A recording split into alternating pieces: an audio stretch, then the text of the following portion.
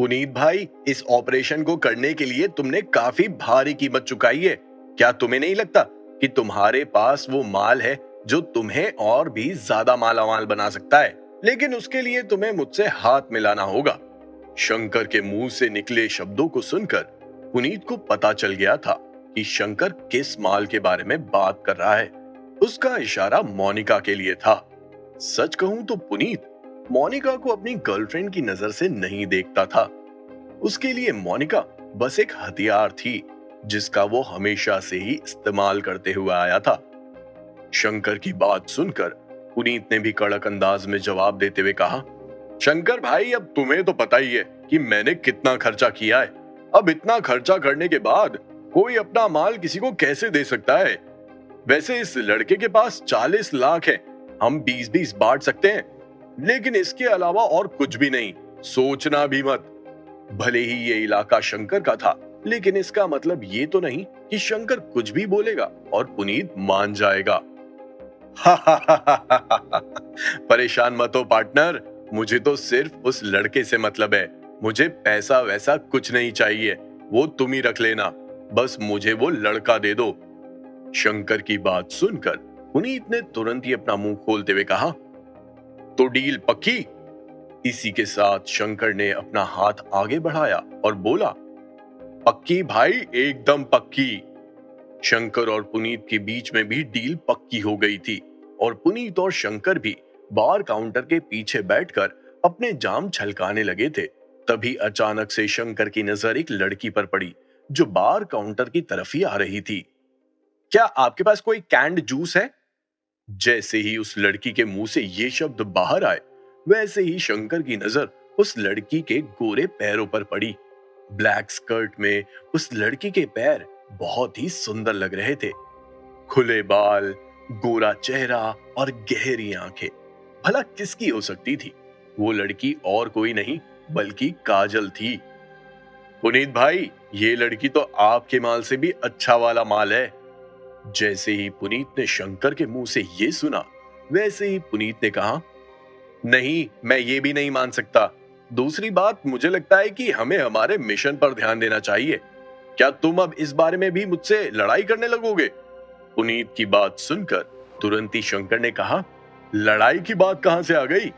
ये अपुन का इलाका है और अगर अपुन को कोई लड़की पसंद आ गई तो सबसे पहले अपुन ही उसके मजे लेगा। उसके बाद अगर तुम्हारा मन करे तो तुम भी आ जाना, लेकिन अपुन के बाद ऐसा मौका मैं छोड़ता नहीं हूं पुनीत भाई। ये बोलते हुए शंकर बार काउंटर के पीछे से निकल गया था। शंकर को जाते हुए देखकर पुनीत ने मन ही मन शंकर को कोसते हुए कहा, आज नहीं तो कल मैं तुझसे भी निपटूंगा। काजल, जो बार काउंटर के सामने खड़ी थी और अपने कैंड जूस का इंतजार कर रही थी, अचानक से उसने देखा कि एक मोटा सा आदमी अपने चेहरे पर डिस्गस्टिंग स्माइल लेकर उसके पास आ रहा है। हे ब्यूटी, तुम यहाँ बार में आकर जूस से काम चला रही हो? क्या मैं तुम्हें मेरी फेवरेट ड्रिंक पिला सकता हूँ? काजल के करीब जाते हुए शंकर ने कहा। शंकर की बात सुनकर काजल ने उसे नफरत भरी नजरों से देखा और अपने कड़क अंदाज में बोली, मैं क्या पी रही हूं क्या नहीं पी रही हूं उससे तुम्हें क्या मतलब है? क्या कहीं पर लिखा है कि मुझे इस बार में अल्कोहल पीना ही पड़ेगा? क्या बात है, तुम काफी जंगली हो और मुझे जंगली बिल्लियां काफी पसंद है। मैं भी काफी जंगली हूं। मुझे लगता है कि हमारा प्रेफरेंस मैच हो रहा है। इसी पर क्या मैं तुम्हें एक ड्रिंक पिला सकता हूं? बदले में मुझे तुमसे कुछ नहीं चाहिए, हम ऐसे ही बातें करेंगे। जैसे ही शंकर के मुंह से ये शब्द बाहर आए, वैसे ही काजल ने एक बार फिर से शंकर की बेइज्जती करते हुए कहा, माफ करना भाई साहब, मैं ड्रिंक नहीं करती हूँ। और किस प्रेफरेंस की बात कर रहे हो आप? जब जंगली बिल्ली गला काट देगी ना, तो पसंद नापसंद करने के लिए आपकी लाइफ में कुछ बचेगा नहीं। सतर्क रहिए, सावधान रहिए। ये बोलते ही काजल ने अपना जूस उठाया और वहां से जाने लगी। काजल को वहां से जाते हुए देखकर शंकर से रहा नहीं गया। तुरंत ही शंकर ने काजल का पीछा किया और बोला, हेलो ब्यूटीफुल, डोंट गो, इतना भी रूड होने की जरूरत नहीं है तुम्हें। ये बोलते हुए शंकर काजल के ठीक सामने जाकर खड़ा हो गया था। अपने दूसरे हाथ से शंकर ने बार काउंटर से अपना पैग उठाया, जो असल में पूरी तरह से वोडका से भरा हुआ, और उस पैग को काजल के मुंह तक ले गया और बोला, ब्यूटी चलो पियो इसे, थोड़ी देर मेरे साथ बैठकर बातें करो। मैं तुम्हें वार्निंग दे रही हूँ, जाने दो मुझे, मेरे रास्ते से हटो। ये बोलते हुए काजल के चेहरे पर गुस्से की चमक साफ साफ देखी जा सकती थी। हे ब्यूटीफुल, तुम तो मुझे काफी अच्छे से समझ भी गई। मुझे यही तो पसंद है। तुम जितना ज्यादा रेजिस्ट करोगी उतना ही मुझे और मजा आएगा। ये बोलते हुए शंकर के चेहरे के हाव भाव पूरी तरह से बदल गए थे।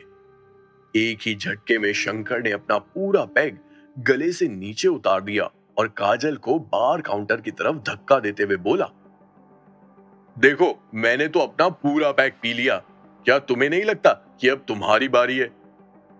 शंकर की आंखों में जिस्म की भूख साफ साफ दिख रही थी। ऐसा लग रहा था जैसे वो काजल को किसी भी समय कच्चा चबा जाएगा। मैं तुम्हें आखिरी बार बोल रही हूं, अगर तुमने एक और कदम आगे बढ़ाया या फिर तुम्हारी ये गंदी हरकतें बंद नहीं हुई तो मैं बिल्कुल भी पोलाइट नहीं रहूंगी। जैसे ही काजल के मुंह से ये शब्द बाहर आए, वैसे ही शंकर पूरी तरह से शॉक्ड रह गया था। क्या कहा तुमने? ये बोलते हुए शंकर के दोनों भौहें ऊपर की ओर उठ गई थी। जब शंकर को एहसास हुआ कि काजल उसके साथ रूड होना चाहती है, तो शंकर के चेहरे पर हंसी के भाव आने लगे थे। तुम मेरे साथ रूड होना चाहती हो? ब्यूटीफुल, मैं जानना चाहता हूं कि इतने कमसिन शरीर के साथ तुम मेरे साथ क्या क्या करने वाली हो। ये बोलते हुए शंकर काजल के और करीब चला गया था। शंकर का भयानक चेहरा काजल के मुंह से ज्यादा दूर नहीं था, करीब आधे मीटर का डिस्टेंस होगा, और जिस तरह से शंकर काजल को देख रहा था उससे ऐसा लग रहा था जैसे वो काजल को कभी भी किस कर देगा। बोलो ब्यूटीफुल, तुम्हारे साथ रूड होने के लिए मुझे और क्या करना होगा? तुम मुझे क्या देने वाली हो? जल्दी करो ना, और कितना इंतजार। शंकर मन ही मन ख्याली पुलाव बनाते जा रहा था और काजल के सामने घिनौनी बातें किए जा रहा था। इससे पहले कि शंकर और कुछ बोलता और काजल के और करीब जाता, अचानक से सटाक एक तेज आवाज आई और शंकर के चेहरे पर काजल के हाथ की 5 उंगलियां छप गई थी। इसी के साथ शंकर मन ही मन काजल के साथ जिस रोल प्ले का आनंद उठा रहा था, वो अचानक से उसके लिए मातम में बदल गया था। साली जंगली बिल्ली, तेरी इतनी हिम्मत कि तूने मुझ पर हाथ उठाया। ये बोलते हुए शंकर ने अपना हाथ अपने चेहरे पर रखा और वापस से अपना मुंह खोलते हुए बोला, तू जानती भी है तूने किस पर हाथ उठाया है। तू ऐसे नहीं मानेगी। अब जब तक तू मुझे खुश नहीं करेगी, तू यहां से नहीं निकल पाएगी। ये बोलते हुए अचानक से शंकर ने अपना हाथ काजल के मुंह पर रखा और उसे खींचते हुए बार काउंटर के पीछे वाली जगह पर ले गया, जिससे कोई उन दोनों को देख ना सके। इस वक्त पुनीत वहां पर मौजूद नहीं था। काजल को वहां ले जाने के बाद किसी भूखे शेर की तरह शंकर उस पर टूट पड़ा था। हालांकि काजल को पुलिस एकेडमी में डिफेंस की पूरी ट्रेनिंग दी गई थी और उसी का इस्तेमाल करते हुए काजल ने अपने आप को बचाने की कोशिश की भी, लेकिन ताकत के मामले में काजल शंकर से हार गई थी। शंकर अब पूरी तरह से काजल के ऊपर हावी हो गया था। एक हाथ से शंकर ने काजल के दोनों हाथों को दबोचा और दूसरे हाथ की मदद से वो काजल के कपड़ों को खींचने लगा था। कुछ ही पल में काजल का शर्ट ऊपर से फट गया और काजल के गोरे कंधे शंकर की आंखों के सामने आ गए थे। जंगली बिल्ली, तुम्हें नहीं लगता कि तुम्हें ओबीडियंटली सरेंडर कर देना चाहिए था? काजल के गोरे कंधों को देखकर शंकर के दिल में एक अजीब सी आग भभक उठी थी। उसके दिल की धड़कनें तेज रफ्तार के साथ भागने लगी थी। शंकर आउट ऑफ कंट्रोल होता जा रहा था। अपनी आंखों में नमकीन चमक के साथ शंकर काजल पर दूसरे वार के लिए पूरी तरह से तैयार था।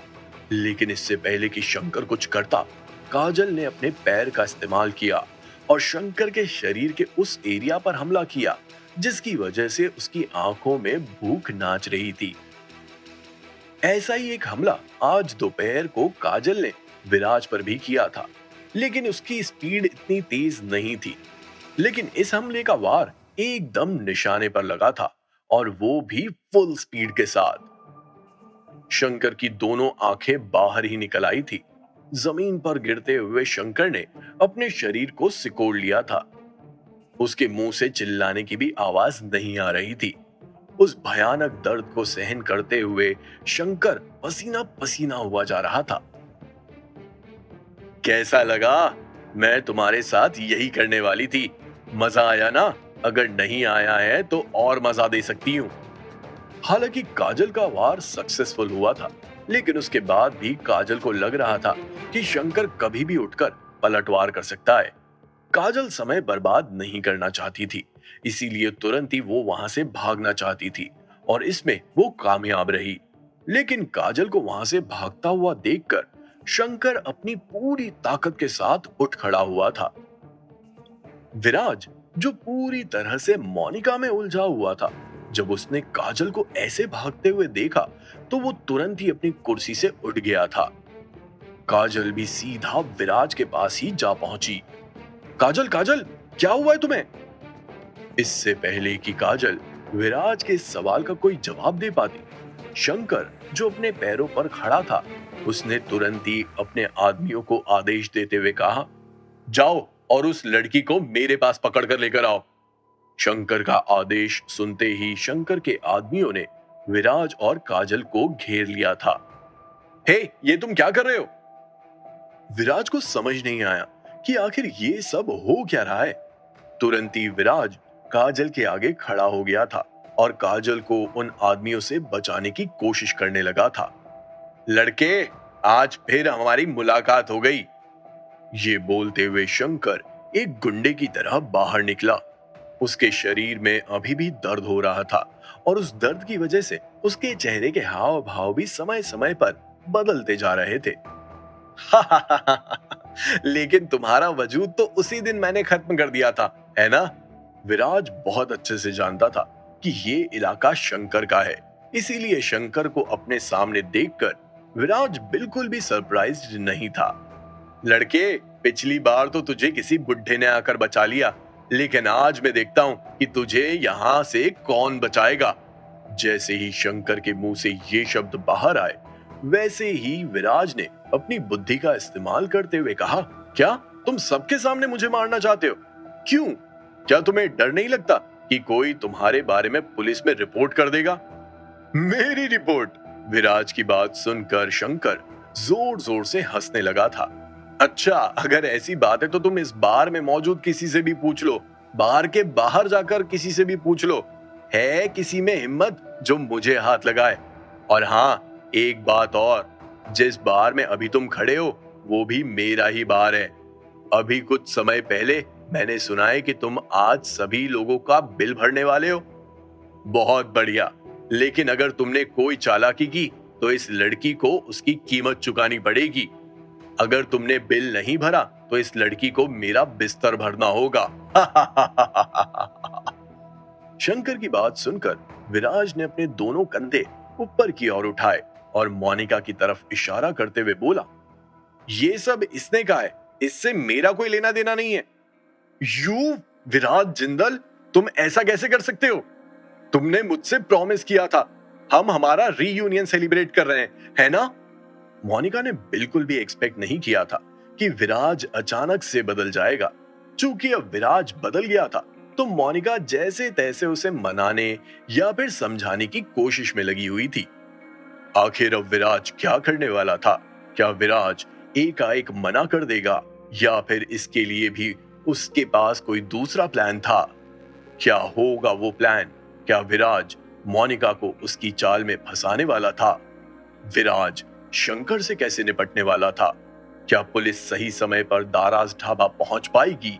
क्या विराज शंकर को किशन दामोदर के मामले में गिरफ्तार कर पाएगा, या फिर इस खेल में विराज इस बार फंसने वाला था? जानने के लिए सुनिए cash on my mind, only on pocket FM.